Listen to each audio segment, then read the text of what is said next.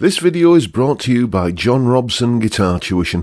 If you enjoy the content, please consider supporting the channel by enrolling on a course, purchasing some guitar lessons or a t-shirt, or you can join my Patreon. Now, on with the show. Hello chaps, welcome once again to John Robson Guitar Tuition. As always, I do hope you're well. It's all about this guitar. Today, this is a Harley Benton BM75. Essentially, a budget copy of a very famous guitar, the Brian May Red Special. You might have seen me doing a first impressions run through of this guitar on Thursday, and today I said I was going to take a little bit of a deeper dive look at this guitar, so that is indeed what we're doing. First things first, let's hear how this guitar sounds in a mix.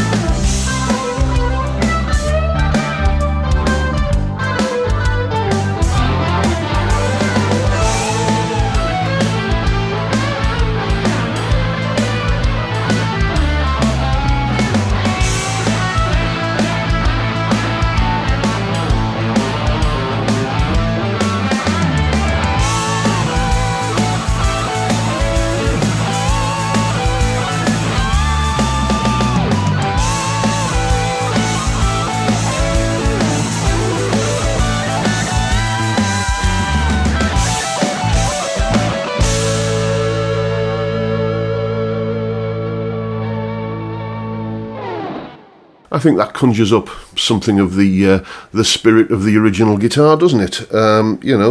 Uncertain sounds at least. Anyway, as usual, you will find a full tab for that piece of music in both Guitar Pro and PDF formats, I beg your pardon, along with a clip of me playing it and a jam track for you to play along with yourself. All of that is up on my Patreon page. There's the address and the link is in the description. $3 or £2.50 a month gets you access to all of these additional resources that go along with these YouTube videos. A massive, massive thank you to each and every one of you who support me in that or any of the other ways, all of which are linked down in the description.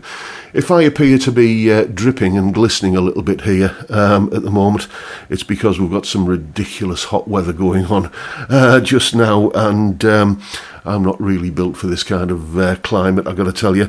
I'm sweating like a politician on a lie detector, if I'm honest. But yeah, let's take a look at the settings I was using there. Obviously, to get the full Brian May experience, you need an AC30 cranked up, and I don't have one of those. What I do have is the Blue Guitar Amp 1 Mercury Edition, and I was using my favourite setting on that lovely little amp there, the vintage setting, to kind of hopefully try and capture the Brian May-ness of the guitar a little bit more.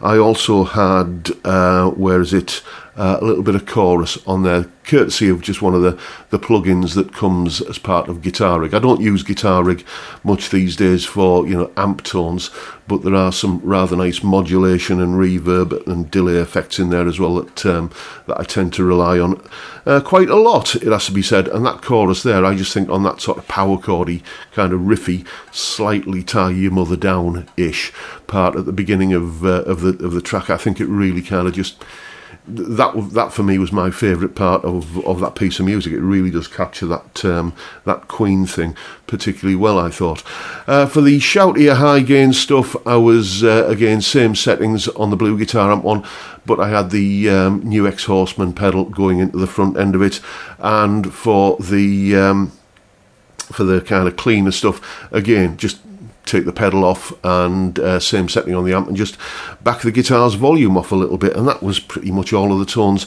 I was using. A little bit of delay and reverb added in Reaper as well, but you know, the core tones were what was described there. This guitar belongs to a student of mine, by the way. It's not mine, I can't remember if I mentioned that, and he bought it as a B-stock guitar. He got a little bit cheaper. I think these are about 250, 260 quid if you get a new one, but they don't have them in stock, so there was a B-stock one, so he got this, and he left it with me to do a little bit of work on. The strings were basically made of rust, and the truss rod needed a little bit of a tickle, so a new set of strings, adjust the truss rod, and everything's fine. Nice low action, tuners work well, nice fret work as well, actually, not a hint of fret sprout. This would sail through the Philip McKnight pop sock test. And nice level frets as well, as I think I mentioned on Thursday. I went over all the frets when the strings are off with a fret rocker. Couldn't find a high fret anywhere on it. It's you know, whether that's just a happy thing, a happy accident, or whether somebody has taken some time to level and crown these frets and make a decent job of it is anybody's guess. But all I can tell you is that they are nice and level, so you can get the action nice and slinky and low as it is at the moment. Let's just measure it. I'm going to say that's pretty much bang on 1.5 millimeters on the 6th string at the 12th fret. So that is a nice, friendly, comfortable action. You know, the trem as well. Let's talk about trem. I almost forgot that. Works pretty well for the kind of traditional, kind of gentle, warbly sort of stuff. I doubt it would stand up too much in the way of dive bombing abuse, but you know, for this kind of thing, it works particularly well. It works pretty much okay.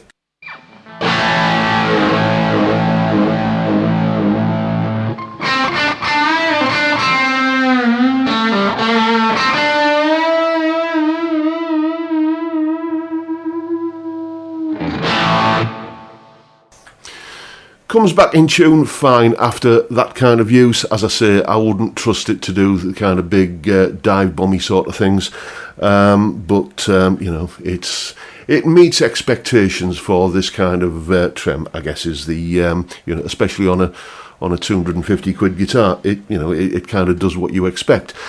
Let's talk about the similarities and differences between this guitar and the Brian May one. Well, the similarities are, you know, it looks the part, I think. You know, it's puts this side by side with a Brian May guitar, and obviously you will see that the outline is slightly different, and there are other differences as well. But, you know, it captures the vibe pretty well, I think. The main two differences are, number one, the scale length. This has a 25-inch scale length. The Brian May guitar, you know, the one you can go out and buy for about 800 quid, that is a 24-inch scale length, and to me, I prefer this. I'm assuming, I don't think I've ever played a Brian May guitar. In fact, I haven't.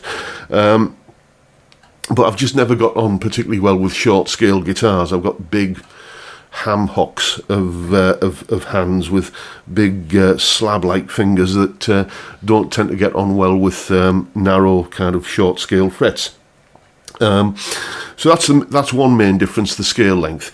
The other main difference is the way the pickups are wired. On the Brian May guitar, when you have, let's say, the bridge and middle pickups on together, those two there, what's actually happening is they're in series. Whereas on this guitar, much like a Strat or a Telecaster or any other kind of guitar where you can have two pickups on together, they're in parallel. Now, I got a question about this when I mentioned it in another video. What's the difference between series and parallel? Well, there you go. The top diagram there, you can see the two coils are wired in parallel, and the bottom one, they're wired in series. Best way to think of it is imagine the two coils are like batteries.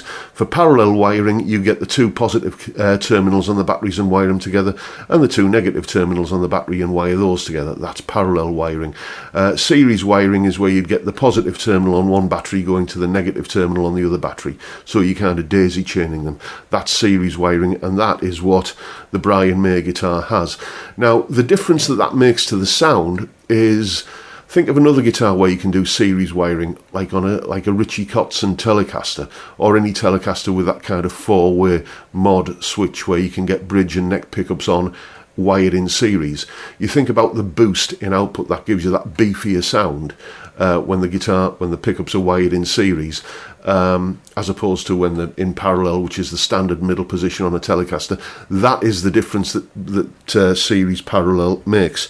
And on this guitar, we've got parallel wiring, so you're not going to get the same, kind of effect when you've got a pair of pickups on together as you would on the Brian May guitar, which also affects the phase switching as well. Here we've got the three phase switches here, so you can reverse the phase on the pickups. Let's have a listen to what effect that has. So I'm just making sure everything's in phase at the moment. We're going to go for the bridge and middle pickup sound, like a kind of a Knopfler-y kind of Strat type sound, and see what kind of sound that does. I'm still on the Blue Guitar Amp 1, same settings as before. As I say, let's just make sure my volume and tone controls are up, and this is the bridge and middle pickups together in phase.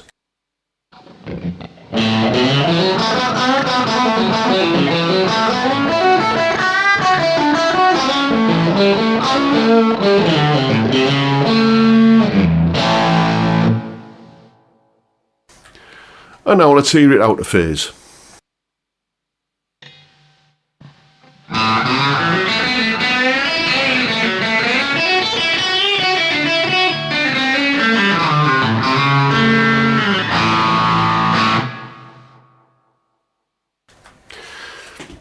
See what I mean? It's not giving you that kind of that famous Brian May sound. It's giving you the sound that you could use, certainly.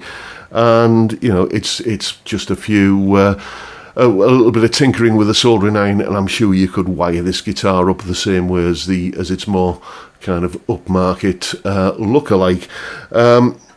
But at the moment, that's the kind of effect that this phase switching has. It's not something I particularly would go anywhere near, to be honest with you.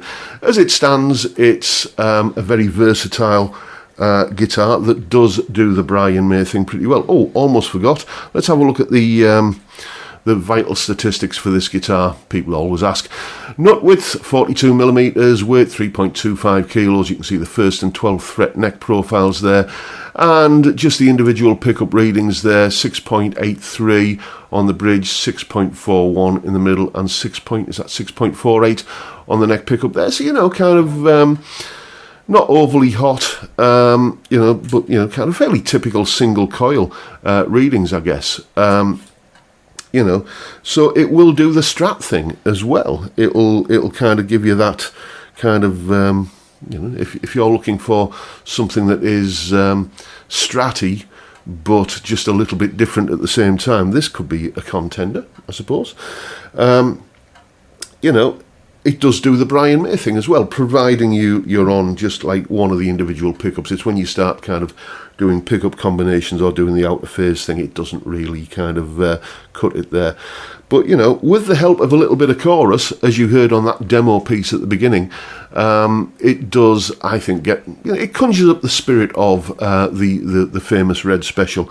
That said, I was in a cabaret sort of functions kind of band in the early to mid 90s, and I was getting very similar results to that using just a made in Japan Strat, one of those Fender Japan Strats, that the vintage reissues that they had back then. I think I had EMG pickups in that, and I was going into a Marshall of some description. I had a succession of Marshall amps back in the early 90s. I had a JCM 900, I had a Valve State, and I had the All Singing, All Dancing 30th anniversary combo. So I was definitely going into a Marshall with a Strat with a bit of chorus on, and for the Queen medley we did in our set back then, it worked pretty well. But of course, it didn't look like it. This, as I say, kind of captures the vibe of the guitar as well, which is important for, many, many people. So to summarise, I really rather like this guitar, more so than I thought I was going to. And,